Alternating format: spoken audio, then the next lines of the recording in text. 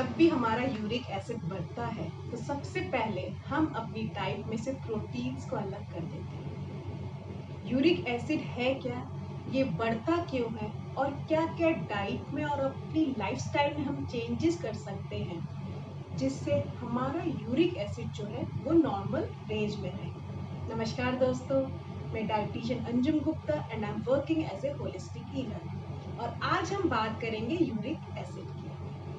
जब भी हम कोई चीज़ खाते हैं, बी इट कार्बोहाइड्रेट, फैट और प्रोटीन्स, तो वो बॉडी में मेटाबोलाइज होने के बाद, एब्जॉर्ब होने के बाद कुछ वेस्ट प्रोडक्ट्स छोड़ती है। तो यूरिक एसिड भी एक ऐसा ही वेस्ट प्रोडक्ट है जो प्यूरिन के मेटाबॉलिज्म के बाद निकलता है। और प्यूरिन जो है वो कुछ प्रोटीन्स में पाया जाता है, इसलिए सारी प्रोटीन्स को अपनी डाइट में से मत हटाइए।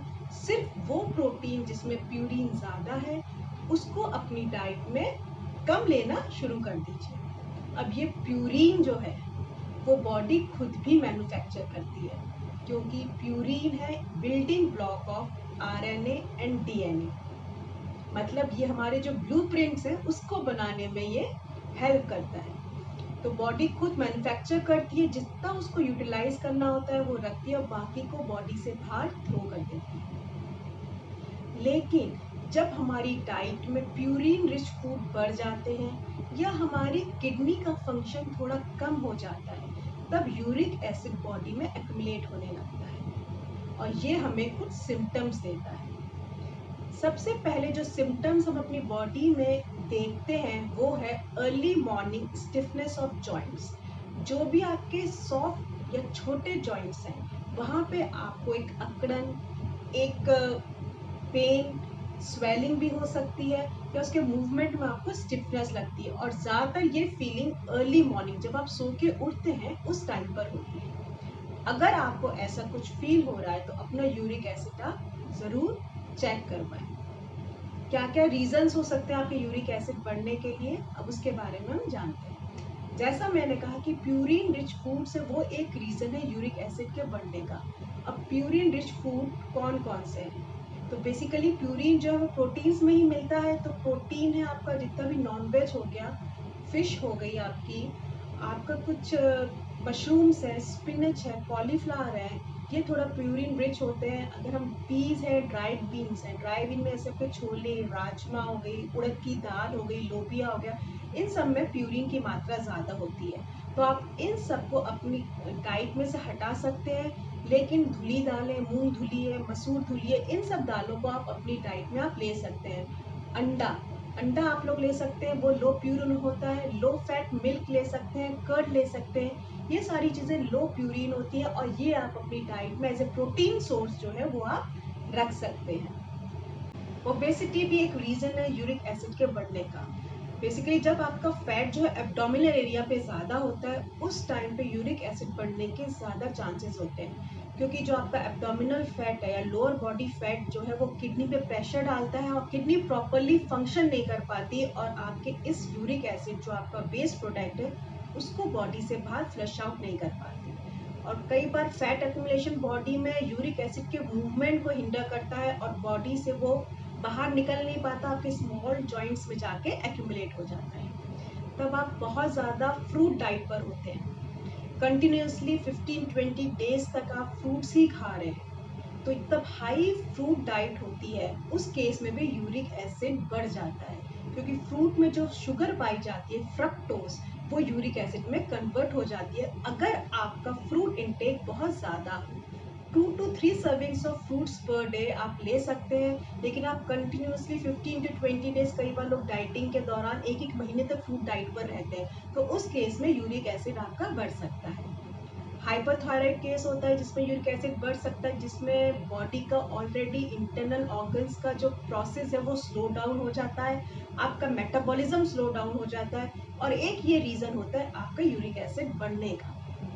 तब बहुत ज़्यादा क्रैश डाइटिंग होती है। Crash dieting in the sense कि आपकी कैलोरीज इंटेक बहुत कम है आपकी बॉडी की रिक्वायरमेंट से। उस केस में बॉडी क्या करती है, उस एनर्जी को लेने के लिए वो मसल लॉस करना शुरू कर देती है। तो तब मसल लॉस होना शुरू होता है तो बॉडी में यूरिक एसिड बढ़ जाता है। तो क्रैश डाइटिंग से बचें। जो भी आप डाइटिंग में फॉलो कर रहे हैं, ध्यान रहे कि वो एक हेल्दी तरीके से आप डाइट फॉलो करें, एक्सरसाइज के साथ कंबाइन करके उसको फॉलो करें, ताकि आपका मसल लॉस ना हो। जेनेटिक रीजंस हो सकते हैं, या आपका ऑटो इम्यून डिसऑर्डर्स हो सकते हैं, या अगर आप बहुत ज़्यादा डायूरेटिक्स ले रहे हैं तो उस केस में भी यूरिक एसिड बढ़ जाता है। अगर आपका विटामिन D3 लेवल कम है तो उस केस में भी यूरिक एसिड बढ़ने के चांसेस रहते हैं, जिसको हम हाइपर यूरिसीमिया कहते हैं। तो अगर आपका यूरिक एसिड बढ़ा हुआ आ रहा है तो अपना विटामिन D3 ज़रूर चेक करवा लें, और अगर वो आपका कम है तो आप विटामिन D3 के सप्लीमेंट्स आप ले सकते हैं। तो ये कुछ रीजंस थे जिसकी वजह से आपका यूरिक एसिड लेवल जो है वो बॉडी में बढ़ जाता है। अब क्या क्या होम रेमेडीज़ हैं, लाइफस्टाइल चेंजेस हैं जो हम कर सकते हैं ताकि हमारा यूरिक एसिड लेवल जो है वो नॉर्मल रेंज में रहे। तो सबसे पहला जो चेंज है वो अपनी डाइट में आप कर सकते हैं कि जो भी प्यूरिन रिच फूड है उसको आप कुछ टाइम के लिए अपनी डाइट में से हटा दीजिए। तो प्यूरिन रिच फूड जैसे मैंने पहले बताए थे, जितने भी साबुत दालें हैं, नॉन वेज है, ये सारी चीज़ें हैं, पीस है, मशरूम है, ये सब अपनी डाइट में से आप कुछ टाइम के लिए हटा दीजिए। अल्कोहल का इंटेक कम करना है। विटामिन सी आप अपनी डाइट में बढ़ा सकते हैं, जिसमें नींबू पानी है, मौसमी है, ऑरेंजेस हैं, आंवला है, ये सारी चीज़ें आप ले सकते हैं, क्योंकि विटामिन सी सिट्रिक एसिड जो है वो एक सॉल्वेंट का काम करता है यूरिक एसिड को डिसॉल्व करने के लिए। अभी इनफैक्ट कुछ दिनों पहले मेरी किसी दोस्त से बात हो रही थी एंड ही सेड कि उसके डॉक्टर ने मना किया है कि नींबू नहीं लेना है क्योंकि उसका यूरिक एसिड बढ़ा हुआ है। तो आई वाज लाइक कि यूरिक एसिड में नींबू तो बहुत फ़ायदा करता है, तो प्लीज़ नींबू का इंटेक रखिए अगर आपके joint pains due to high uric acid है। ये सिट्रिक एसिड अगर हम बाहर बात करें तो एक एसिड की तरह है, लेकिन जैसे ही बॉडी में जाता है तो ये एल्कलाइन में चेंज हो जाता है। तो ये बॉडी को यूरिक एसिड से रिमूव करने में बहुत ज़्यादा हेल्पफुल है।